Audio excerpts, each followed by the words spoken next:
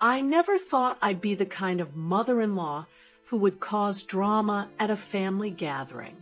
For 57 years, I've been the peacekeeper, the one who bites her tongue and keeps the family together. But that Saturday afternoon in July changed everything.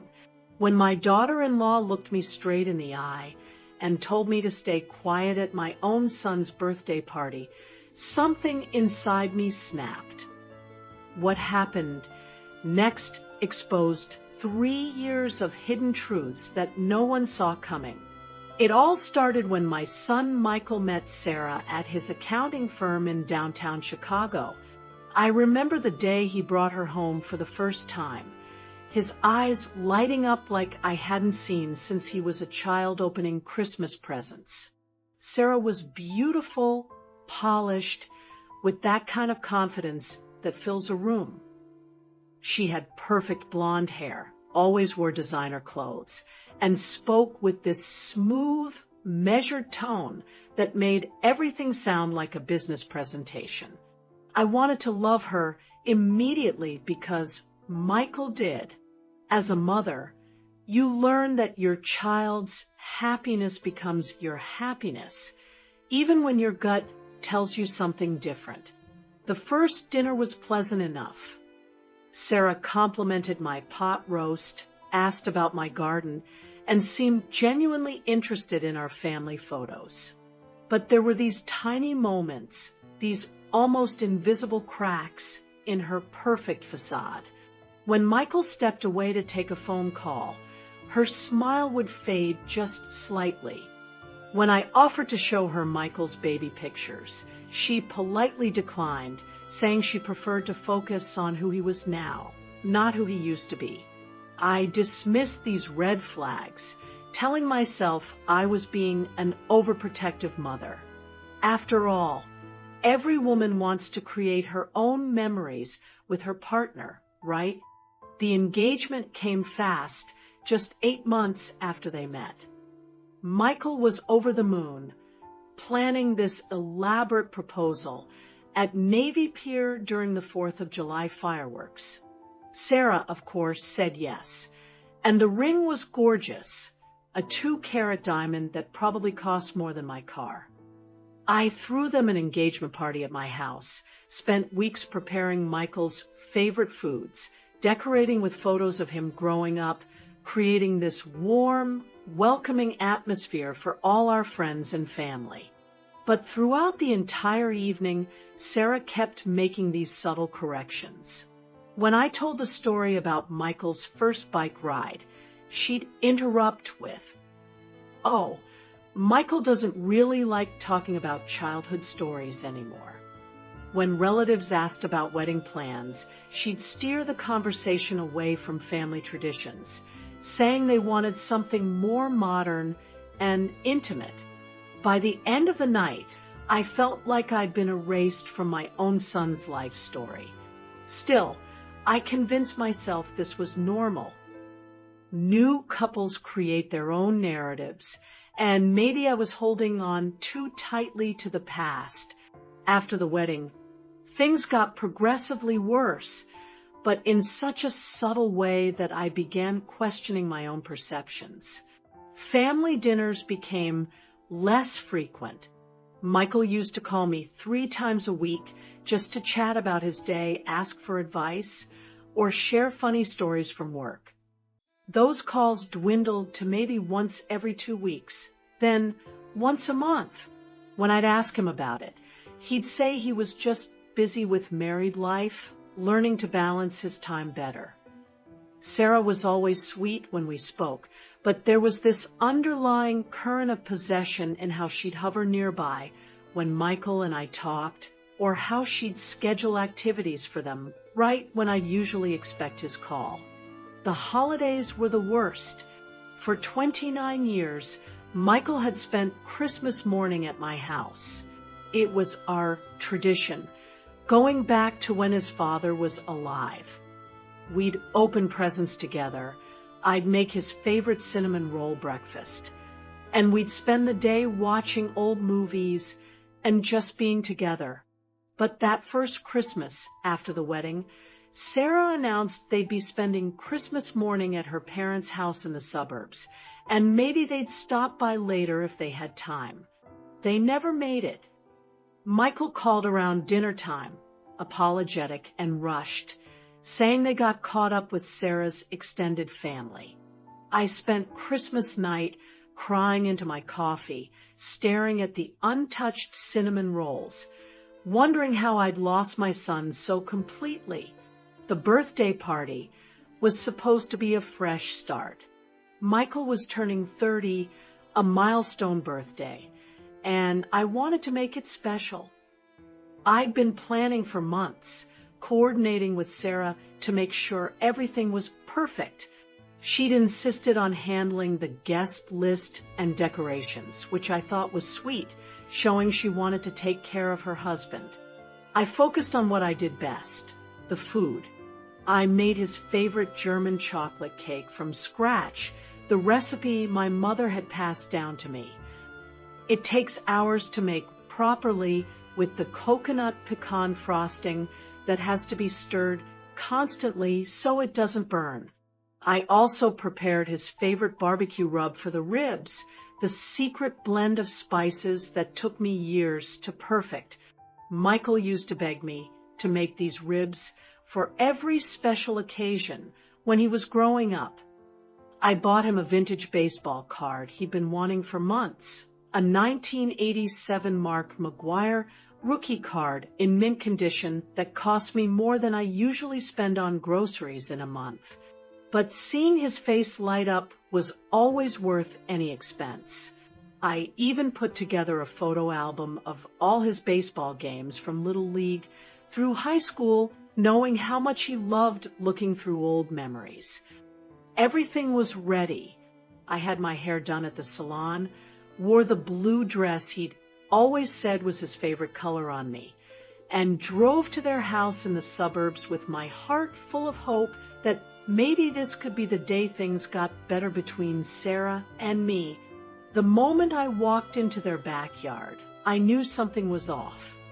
Sarah had decorated everything in this modern, minimalist style with black and white balloons and geometric centerpieces. It looked elegant, but it didn't feel like Michael at all. Where were the bright colors he'd always loved? The fun, casual atmosphere of every birthday party he'd had growing up? There were about 30 people there, mostly Sarah's friends from work and her family members. I recognized maybe 6 people from Michael's side, including his cousin Dave and his childhood friend Marcus. It felt more like a corporate networking event than a birthday celebration for the man who used to have birthday parties with pizza, video games, and terrible jokes. I tried to shake off the feeling and focus on celebrating my son.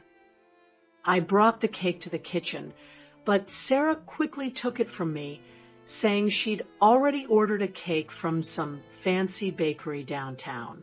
My homemade cake, the one I'd spent all day making with love, was pushed to a side counter like an afterthought. When I offered to help set up the food, Sarah smiled that perfect smile and told me everything was handled, that I should just relax and enjoy myself. But how could I enjoy myself when I felt like a stranger at my own son's party? Michael seemed happy to see me, giving me one of his big bear hugs that reminded me of the little boy who used to run to me when he skinned his knee. But even our conversation felt different. Every time we started talking about something meaningful, Sarah would appear, smoothly inserting herself into the conversation or pulling Michael away to meet someone or handle some party detail. I watched my son through the crowd, and he seemed different too, more reserved, more careful with his words. The spontaneous, funny Michael I'd raised was still there, but muted, like he was performing the role of himself rather than just being himself. When it came time for the gift opening, my carefully chosen presents were opened last, after Sarah's family had given him expensive watches and golf equipment. He was genuinely excited about the baseball card and flipped through the photo album with a smile, but I could see Sarah watching with this expression I couldn't quite read. It wasn't quite disapproval, but it wasn't pleasure either. It was more like she was filing this information away for later use. The breaking point came when dinner was winding down and people were starting to gather around for the traditional birthday toast. In our family, this had always been my moment. I'd been giving birthday toasts for Michael since he could understand words, little speeches about how proud I was of him, sharing funny memories from the past year, expressing my hopes for the year ahead. It was never anything elaborate, just a mother's love put into words. I'd been thinking about what I wanted to say for weeks, how I could acknowledge his growth as a married man while still celebrating the wonderful person he'd always been. I had my glass of wine in my hand and was moving toward the center of the patio when Sarah appeared beside me. She placed her hand gently on my arm and with that same perfect smile, said in a voice just loud enough for the people nearby to hear, "Oh, that's so sweet that you want to make a speech, but we're keeping things pretty low-key tonight. Why don't you just stay quiet and let Michael enjoy his party?"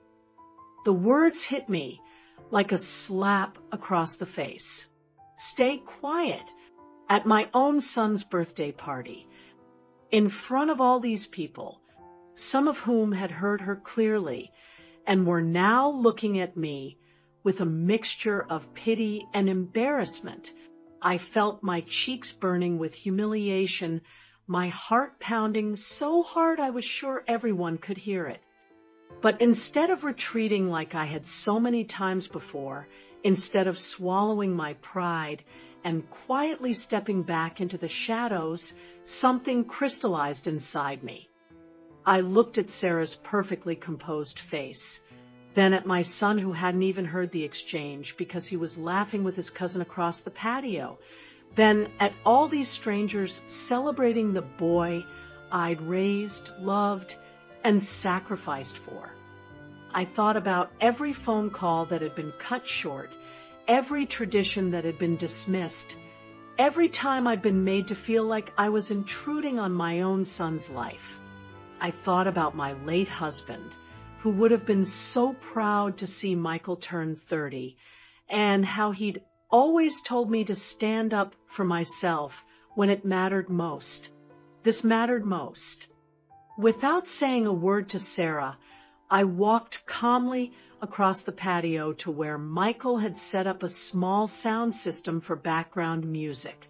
There was a microphone attached to the speaker, something they'd used earlier for a couple of work friends who'd made brief toasts. I picked up that microphone, and the feedback squeal that echoed across the yard made everyone stop talking and turn to look at me. My hands were shaking, but my voice was steady when I began to speak. I started simply thanking everyone for coming to celebrate Michael's birthday, acknowledging what a special milestone 30 years represented. I could see Sarah's face in my peripheral vision, her perfect composure cracking just slightly as she realized what was happening.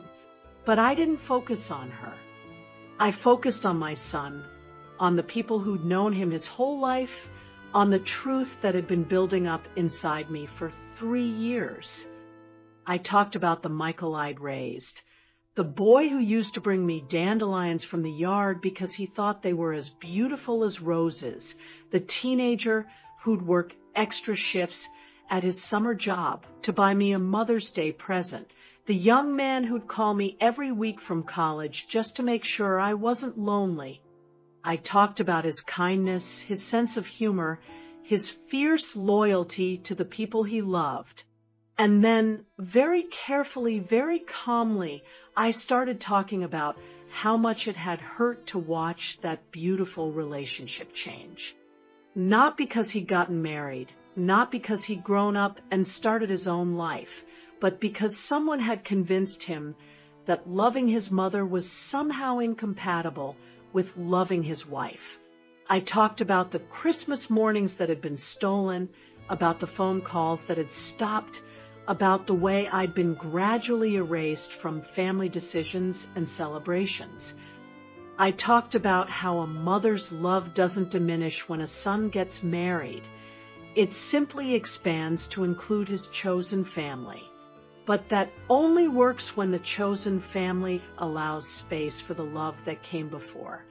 I spoke about respect, about how true strength in a relationship comes from building bridges, not burning them.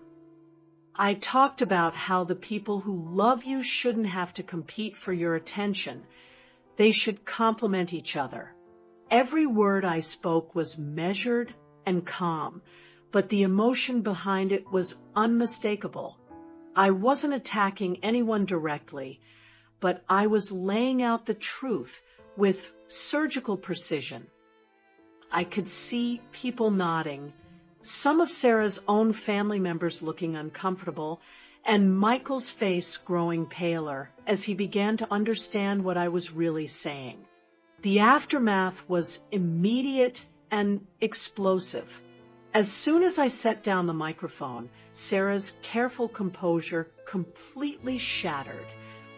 Her face flushed red, and she started shouting about how inappropriate I was being, how I was ruining Michael's special day, how I had no right to air family business in front of everyone.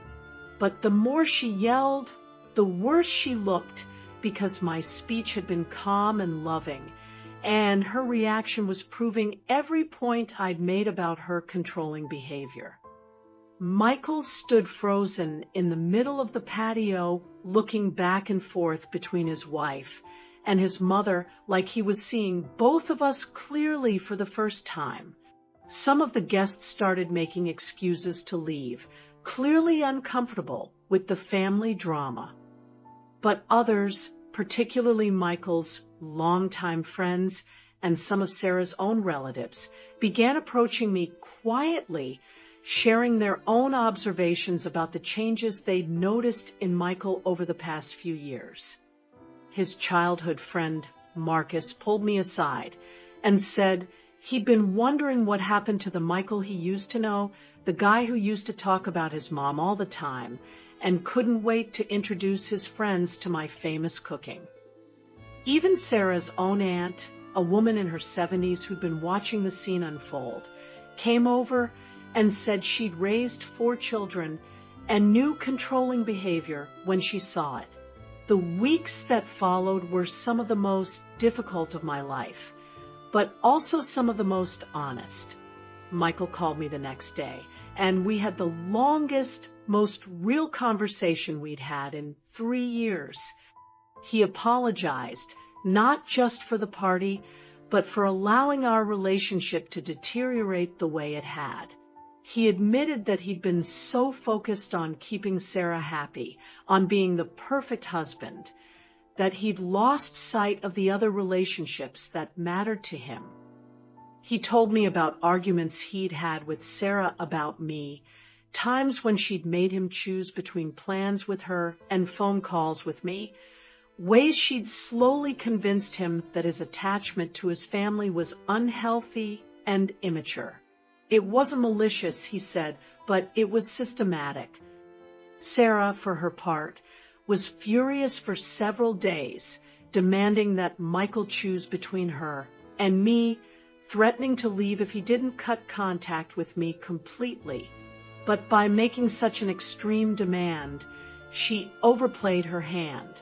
Michael began to see the pattern of control that I'd been living with for years. They went to counseling, which helped Michael understand that healthy relationships don't require you to abandon the people who loved you first. Sarah eventually came to understand that she'd been acting out of her own insecurities and fear of not being the most important important person in Michael's life. Now, 6 months later, things aren't perfect, but they're honest. Sarah and I will probably never be close friends, but we've reached a respectful understanding. She's learned that she doesn't have to compete with me for Michael's love, and I've learned to give them more space to build their own traditions. Michael calls me twice a week again, and we've reinstated some of our family traditions, modified to include Sarah when she wants to participate. The most important thing is that Michael seems like himself again, more relaxed, more open, more like the son I raised. Sometimes standing up for yourself feels selfish, especially when you're a mother who's been taught to put everyone else's needs first. But that day at the barbecue, I learned that sometimes the most loving thing you can do is refuse to be silenced. Sometimes the truth needs to be spoken, even when it's uncomfortable, even when it causes temporary pain.